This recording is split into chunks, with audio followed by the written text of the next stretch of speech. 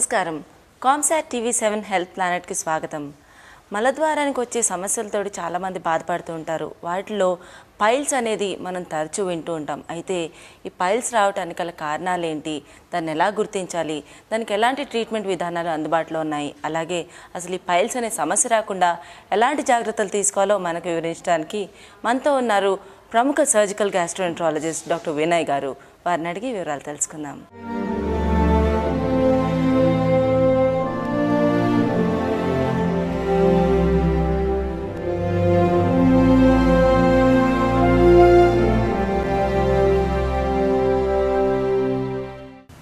నమస్కారం డాక్టర్.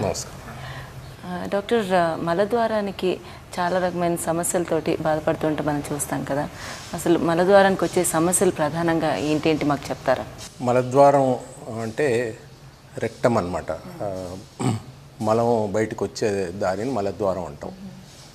అయితే మలద్వారంలో వచ్చే ప్రాబ్లమ్స్ తెలుసుకోవాలంటే కొంచెం ఇవల్యూషన్ వైపు వెళ్ళాల్సి వస్తుంది. మానవుడు అనేవాడు జంతువుల నుంచి వచ్చాడు.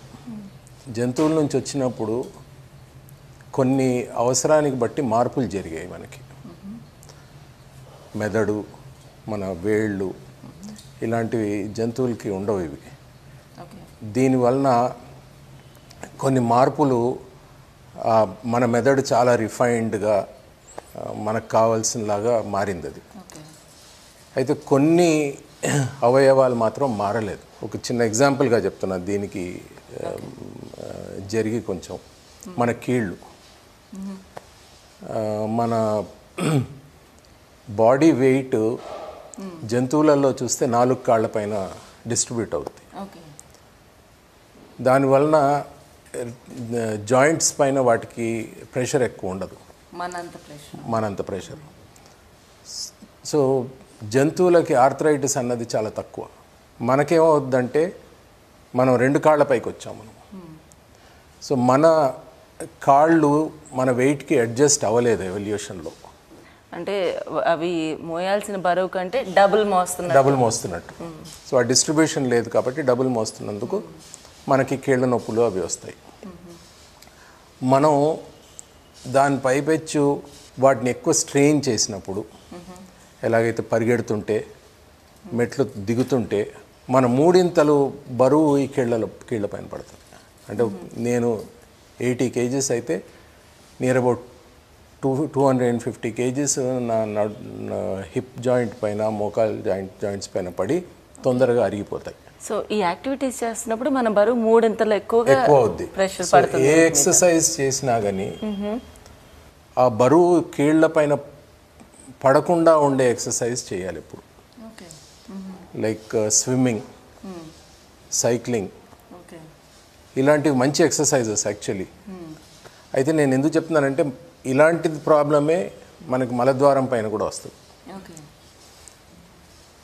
జంతువులను చూస్తే మీరు 90% జంతువులు 4 కాళ్ళపై నిలబడి మల విసర్జన చేస్తారు. మోషన్ పాస్ చేయడం అనేది 4 కాళ్ళ పైన. మనం ఒక రేర్ జంతువు మనం కూర్చొని చేస్తాం. మనం కూర్చొని ఉన్నప్పుడు నా 80 kgల వెయిట్ కాళ్ళ బరువు తీసేస్తే మిగతా బరువు అంతా నా మలద్వారం పైన పడుతుంది, కింద భాగం పైన పడుతూ ఉంది. అయితే 90% జంతువులు 4 కాళ్ళ పైన విసర్జన చేస్తాయి కాబట్టి వాటికి వాళ్ళ మలద్వారం పైన ప్రెషర్ ఉండదు. మనం కూర్చొని చేసినప్పుడు మన మలద్వారం పైన పూర్తి ప్రెషర్ దానిపైన పడుతుంది. మోషన్ గట్టిగా వచ్చినప్పుడు మనం ప్రెషర్ పెడతాం. ప్రెషర్ పెట్టినప్పుడు మన 3 బరువు దానిపైన పడుతుంది.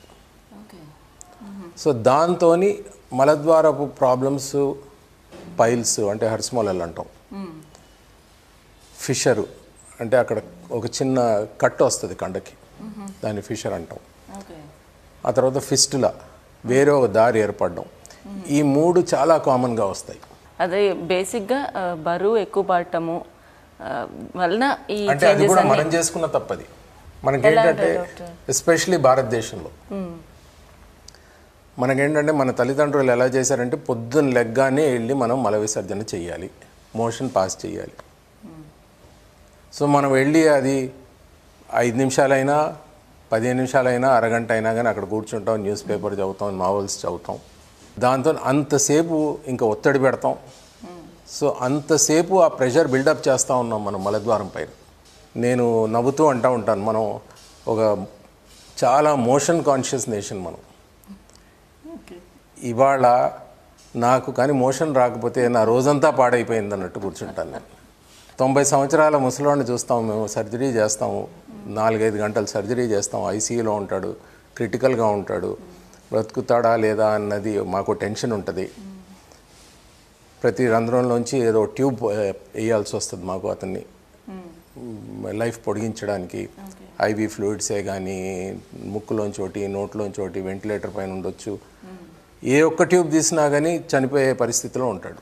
ఏ మందు ఒకటి తగ్గించినా చనిపోయే పరిస్థితిలో ఉంటాడు. చాలా క్రిటికల్ స్టేట్లో ఉంటాడు. పొద్దున వెళ్ళి ఎలా ఉన్నారండి మీరు అంటే, డాక్టర్ గారు మల విసర్జన అవ్వలేదండి అంటాడు. సో అది ప్రైమరీ కన్సర్న్. ప్రైమరీ కన్సర్న్ అది అయిపోద్ది.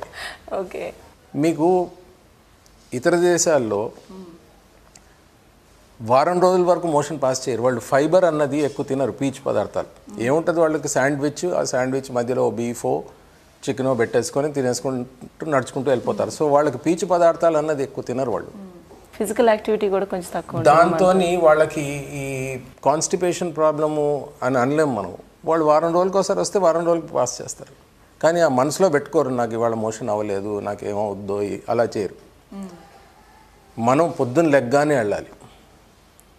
అయితే రూల్ ఏంటంటే, we should pass motion when the motion wants to come rather than when we want the motion to come. అంటే మలం ఎప్పుడైతే రావాలనుకుంటుందో అప్పుడు పాస్ చేయాలి. మనం ఎప్పుడు రావాలనుకుంటామో అప్పుడు కాదు. మలం ఎప్పుడు రావాలనుకుంటే అది మధ్యాహ్నం అవనియండి, సాయంత్రం అవనియండి, అప్పుడు వెళ్ళి మనం కూర్చుంటే 6 నిమిషాల్లో అయిపోద్ది. కింద భాగం పైన ఒత్తిడి ఏమి ఉండదు. డాక్టర్ గారు, ఈ విషయంలో అంటే మనం యూజ్ చేసే టాయిలెట్స్ కూడా ఏమన్నా? టాయిలెట్స్తో ప్రాబ్లం లేదు. అంటే ఇప్పుడు ఇండియన్ టైప్ ఆఫ్ కమోడ్ ఉంది, దాంతో మళ్ళీ నీ జాయింట్ పెయిన్స్ ఎక్కువ వస్తాయి. బట్ మలం దానిపైన ప్రెషర్ అన్నది కూర్చొని ఎంత షార్ట్ టైం దానిపైన గడిపితే అంత మంచిది.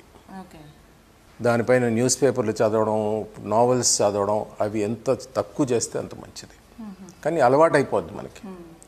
సో దాంతో ఏమవుద్దంటే, కింద మలద్వారంలో పూర్తిగా బాడీలో ప్రతి అంగుళంలో ఎలాగైతే బ్లడ్ సప్లైకి రక్తనాళాలు ఉంటాయో, మలద్వారంలో కూడా రక్తనాళాలు ఉంటాయి. సో మనం ప్రెషర్ పెట్టినప్పుడు వాటిపైన కూడా ప్రెషర్ పడి అవి కొంచెం బయటికి పొంగి వస్తాయి, రక్తనాళాలు పొంగి వస్తాయి. సో అవి ఒక స్టేజెస్లో పొంగి వస్తాయి, ఫస్ట్ డిగ్రీ. సో ఆ పొంగి బయటికి రావడం దాన్ని హెమరాయిడ్స్ కానీ, పైల్స్ కానీ, హర్సిమొలలు కానీ అని అంటాం.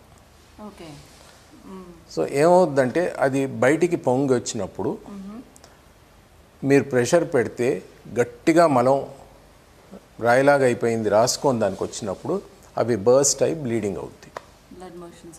దాన్ని పైల్స్ అంటాం.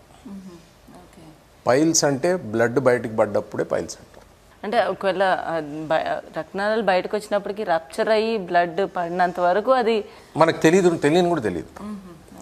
అయితే ఫస్ట్ డిగ్రీలో అవి కొంచెం బయటికి వచ్చేసి మళ్ళీ ఆ ప్రెషర్ అన్నది పోయినప్పుడు మళ్ళీ లోపలికి వెళ్ళిపోతాయి వాటి ప్లేస్కి. సెకండ్ డిగ్రీలో దారి లోపలికి వస్తాయి, అంటే ఆ కెనాల్ లోపలికి వస్తాయి. థర్డ్ డిగ్రీలో అందులోంచి బయటికి వచ్చేస్తాయి, లోపలికి వెళ్ళాలి, irreversible. First degree, early second డిగ్రీలో ఈ మలబద్ధకం, కాన్స్టిపేషన్ అవి కంట్రోల్ చేసుకోగలిగితే, మోషన్ ఫ్రీగా పాస్ చేయగలిగితే ఈ ప్రాబ్లం సార్ట్ అవుట్ అయిపోద్ది. ఇంకా మళ్ళీ జీవితకాలంలో మనకేం దాంట్లో ఫస్ట్ డిగ్రీ, ఎర్లీ సెకండ్ డిగ్రీలో కానీ అది కంట్రోల్ చేయలేకపోతే లేట్ సెకండ్ స్టేజ్, థర్డ్ స్టేజ్కి వెళ్ళినప్పుడు మాత్రం ఇంకా సర్జరీ అవసరం.